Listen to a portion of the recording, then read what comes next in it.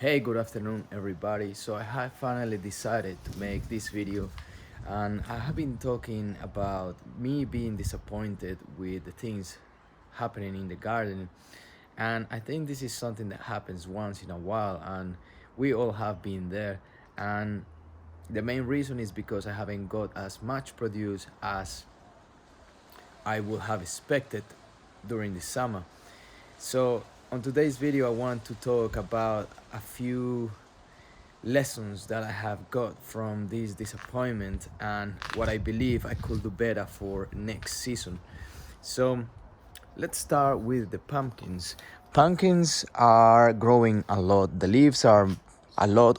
It's a lot of them. They are massive, but unfortunately, the fruit is not as many as they used to be in previous years. So last year I got 25 pumpkins, and unfortunately, at the moment, I only got two massive pumpkins, one there and one here, and I had more pumpkins growing in this plant, but unfortunately they died. So a few theories that I have is that this plant got stressed during a few hot days that we had here in Melbourne, and probably I didn't water as much as I should in the previous hours to those hot days or to those hot hours. And that's something that I was reading on the internet, that is important to prevent any plant from stressing out during the heat. The best solution for that is to water deeply 24 hours before the heat comes. So that's something that I will try to do next year if there is any hot days happening. Another thing that I believe the pumpkins have not thrived as much as I would like to is because there is a lot of plants in one spot and probably too many roots in the space where the pumpkin could be growing. So as you can see, there is the corn and there is the pumpkin roots and probably the roses roots as well, which is this plant here. So I believe that's probably too much. I wanted to see if that will work, but that could be one of the reasons. I cannot tell you straight away that that's the reason, but that's my theory. So maybe I'm thinking on putting the corn at the back as well next year, maybe where it doesn't bother too much the roots of the pumpkins. And talking about corn, I'm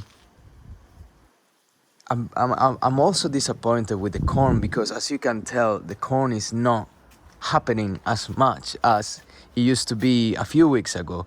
So some of them got broken, some of them fell on the ground. So it's been a little bit windy as well. So for example, today I had this corn, which unfortunately I just came out here in the garden and it was just on the floor. So this corn unfortunately didn't develop as much either, and probably poor pollination as well. As you can see, there is some pests.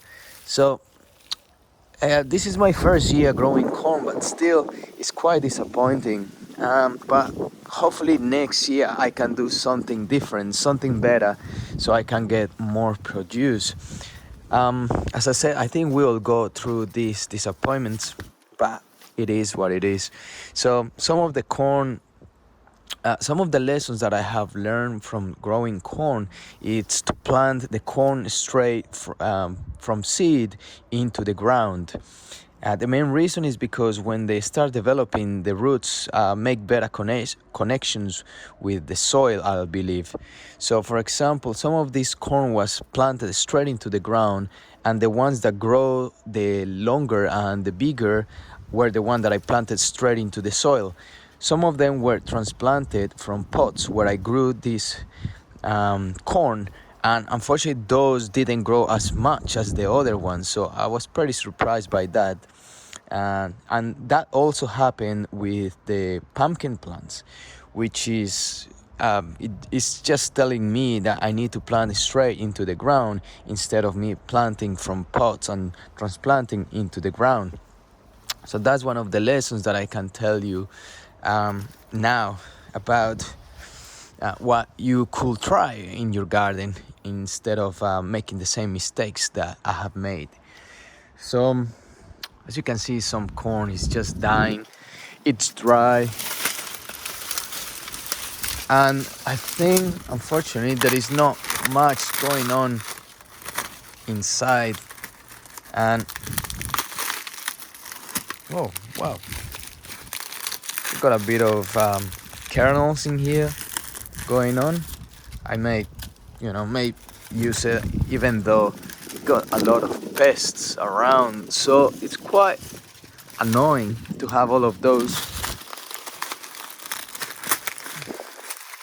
If any of you are aware of what could be done better with this corn, what tips you have, please leave them down on the comments below. And it's great to communicate and share some experiences with the people growing out there, people making mistakes, people solving some problems that they have. As you can see, there is plenty of bugs and ants in here on these plants. They seem to love the corn. Another of the things that I got disappointed with was the tomatoes. And the main reason is because some of them got pretty dry very, very soon. So usually the plant starts dying off, but this one, as you can tell, the tomatoes are not fully developed, and unfortunately the leaves are already drying. So maybe it's a pest going on. This is not the best what I'm doing. I should remove this with a tool instead of just removing it by hand, because this is gonna allow any diseases to go through the center of the plant. So this is not good. Don't do that. Try to use your tool. Another thing that has been bothering my tomatoes is being the pests. As you can see, there is some tomatoes on the floor, and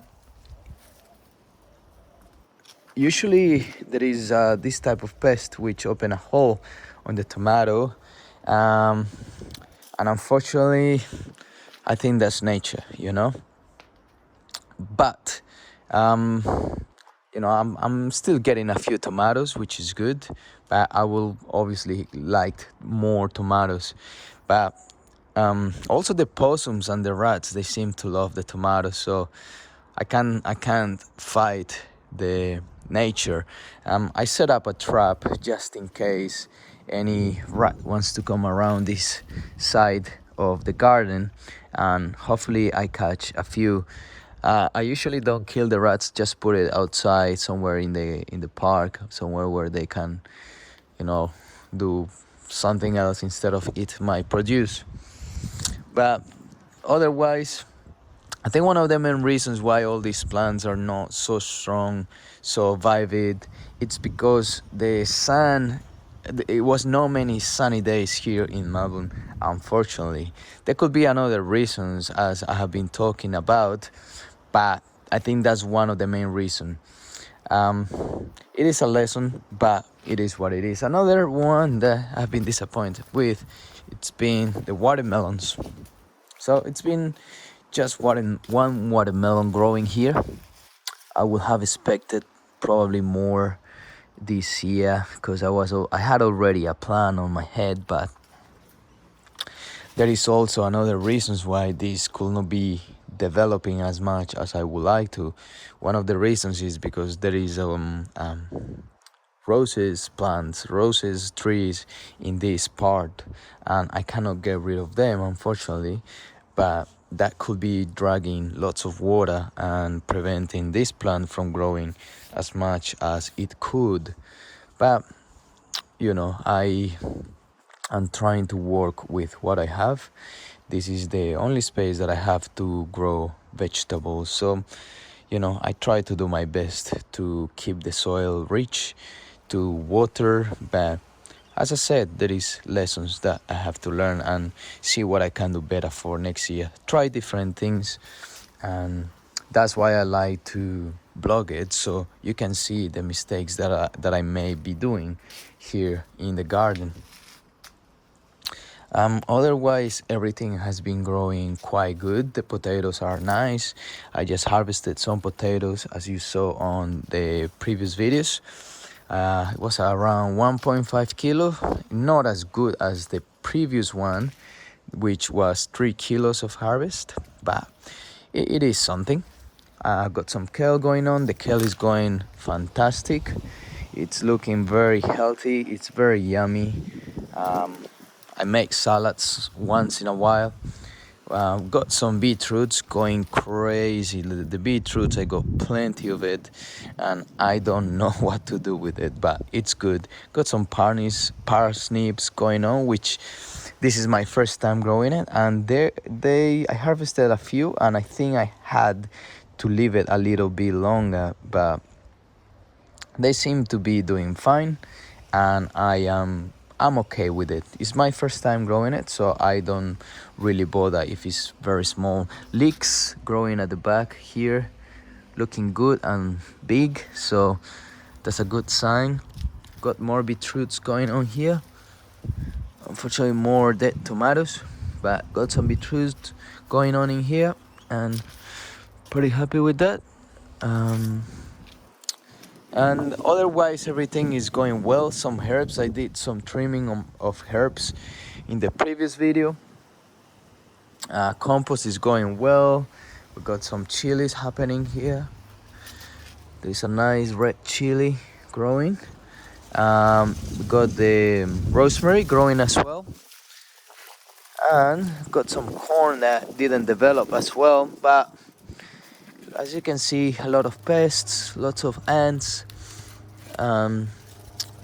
aphids. Is that aphids? I think it's called. But as I said, it's a lesson, hopefully for next year, where I can do better. So that's all what I can say for today. If you have any comments or questions, please leave them down below. And this is something that happens once in a while. You get your disappointment and you don't get as much as you expect. There could be weather reasons, there could be management reasons, there could be soil reasons. So it's good to try to work it out and find what's happening and find a solution for it, instead of just crying and giving up. So it's a hard lesson, but we all have to go and do this throughout life. There is different situations in life where that happens, and now gardening for me, it's something that is showing me and teaching me a lesson. So I hope you enjoyed the video, and if you have any comments or questions, please leave them down below, and I'll see you on the next video. Ciao.